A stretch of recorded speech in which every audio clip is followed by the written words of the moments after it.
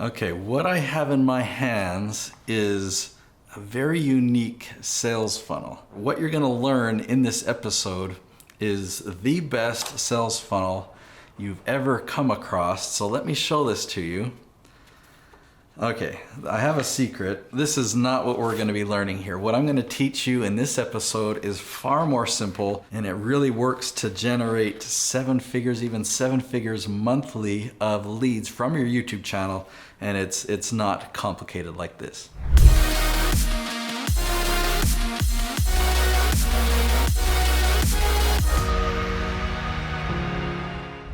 Okay, so what we're going to be talking about in this video is really a sales funnel and how to get it working.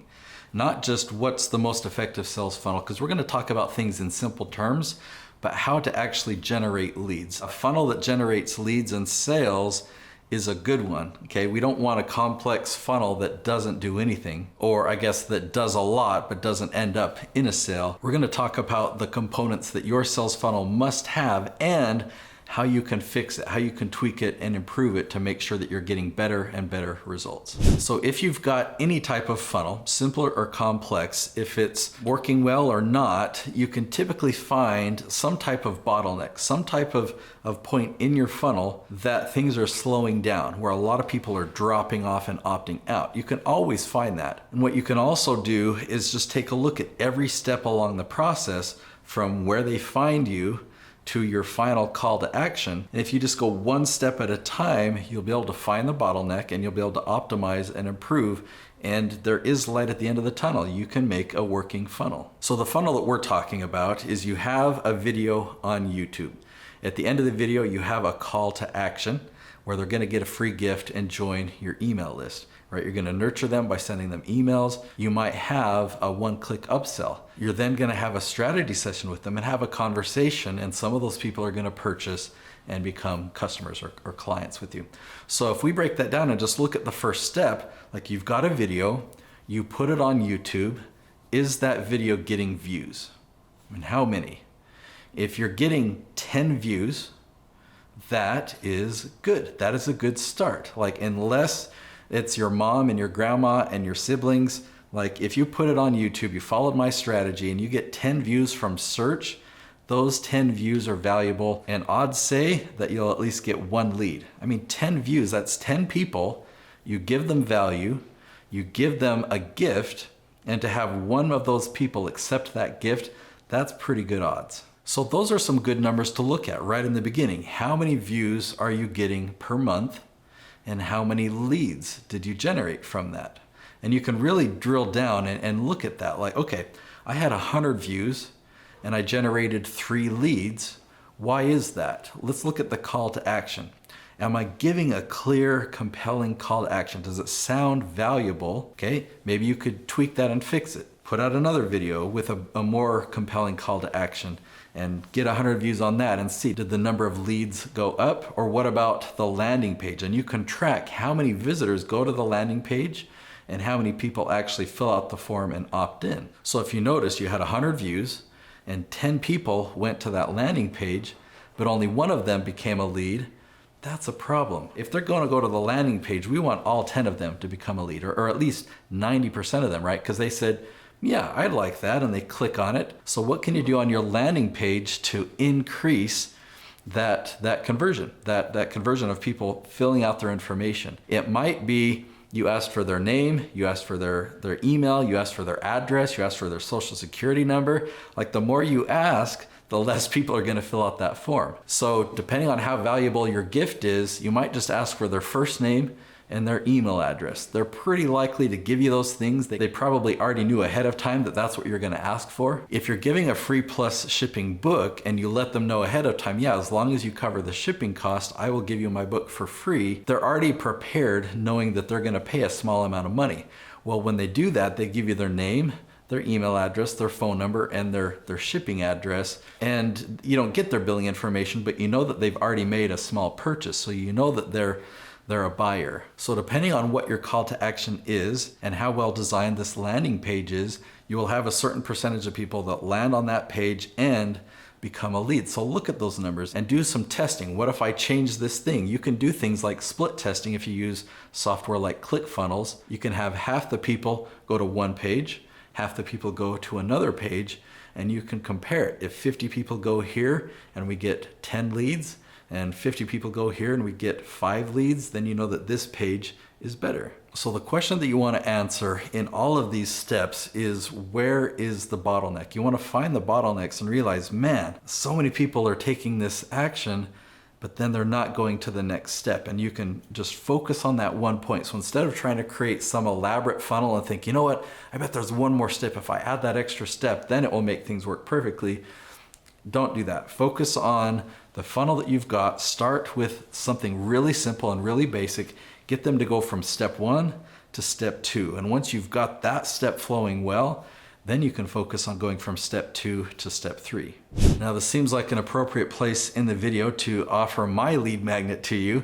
I've got a book that I've put 2 years of work into just packing all my knowledge from all my experience in producing, the 27 channels that I produce, where we generate 7 figures, many of them 7 figures monthly, just from YouTube leads. And I put this all into the book. It's called A Hero's Guide to Influence. And just like I described, it is a free plus shipping book. So as long as you cover the shipping cost, then I will give that book to you for free. And you can go to natesyoutubebook.com. I'll put that link below.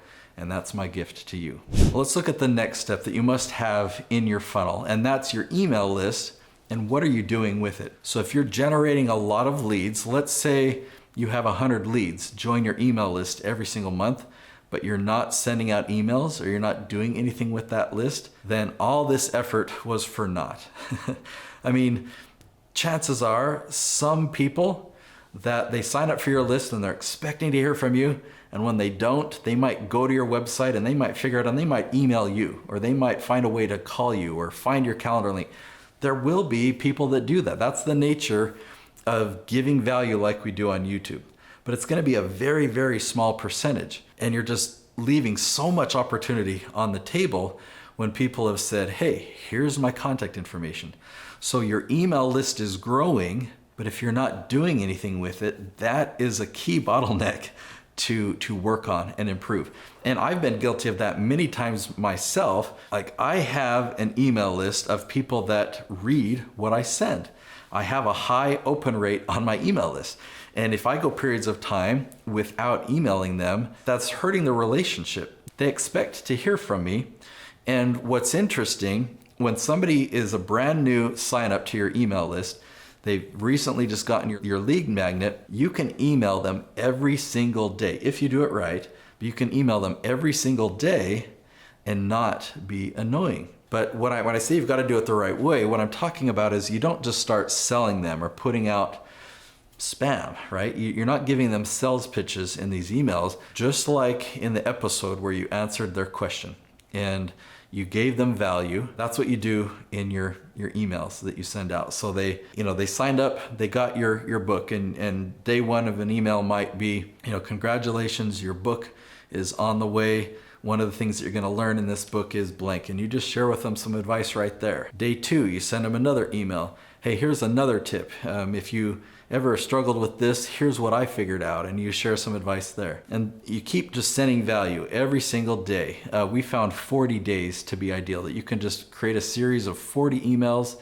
One email goes out every day, and none of them sell, but every 3rd or 4th email, you can put in an invitation to have a conversation with you. Hey, would you find value in having a conversation with me? We can jump on Zoom, we can have a strategy session if that would be of value to you. And you make it really easy.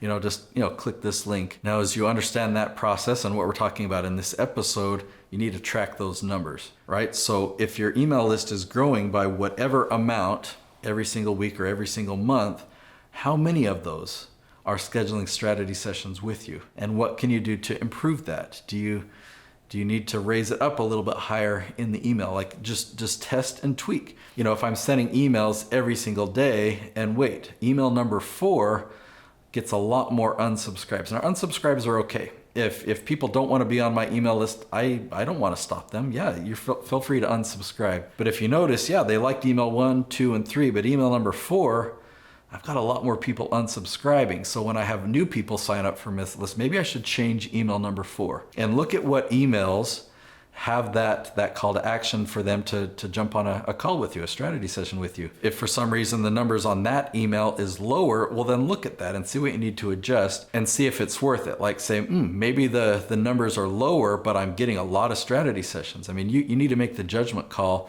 but you're gonna look for bottlenecks all along that way. Now the value of what you have in having views on YouTube is huge. Let me explain it this way. Anyone that's watched your episode, if you were to have a conversation with them, they would be in awe. They would be a little bit starstruck, sometimes a lot bit, but especially if they've watched several of your videos and they've received your free gift and joined your email list and they've started to receive emails from you. When you are finally on a call with them or on a Zoom call and face to face virtually, they're starstruck and they're so impressed. They feel so fortunate to be able to talk to you. So I paint that picture because so often what we are expecting is we create a sales page. We put a product on our website. We put a price on it. Let's say it's $97. And we hope that our funnel will go like this. They'll watch a video, they'll get my free gift, or they'll hear about this thing that I offer. They'll go to this sales page, and sales are just going to start coming in. So, I'll make $97, another $97, and so in order to increase that revenue, in order to increase that, I just need more views. If I get 1 million views, man, I'm going to make $1 million. Well, unfortunately, I'm here to tell you, it's not going to work very well. At random chance, maybe once every couple months, you might get one sale. Your video is just doing super well, but that's not how it works. But imagine these people that have seen your videos. You're having a conversation with them. You're finding out what their needs are, where they're at and where they're really trying to go. And you really consult with them and seek to understand what they're trying to accomplish. Oftentimes, what they're trying to accomplish will be a match for what you can provide. In those circumstances, not only will they be willing to buy a $97 program, but we've actually found $10,000 to be the sweet spot. You can easily sell a $10,000 program. Many of my clients have $10,000, many of my clients have a $5,000 program. I personally have one that's a $12,000 program that a large percentage of people that I talk to are interested in purchasing that. The biggest thing holding you back is you're not on that phone or that Zoom call. You're not having the conversations. And so what you've got to look at in your sales funnel is what can I do? What bottlenecks are there that are keeping more people from jumping on a call with me? That's the goal. They start on YouTube, they move to your email list, we're nurturing them so that we can get them on a call. Isn't that a simple sales funnel? And it's the most effective sales funnel that I've ever come across. It's simple and it's effective and it's very profitable.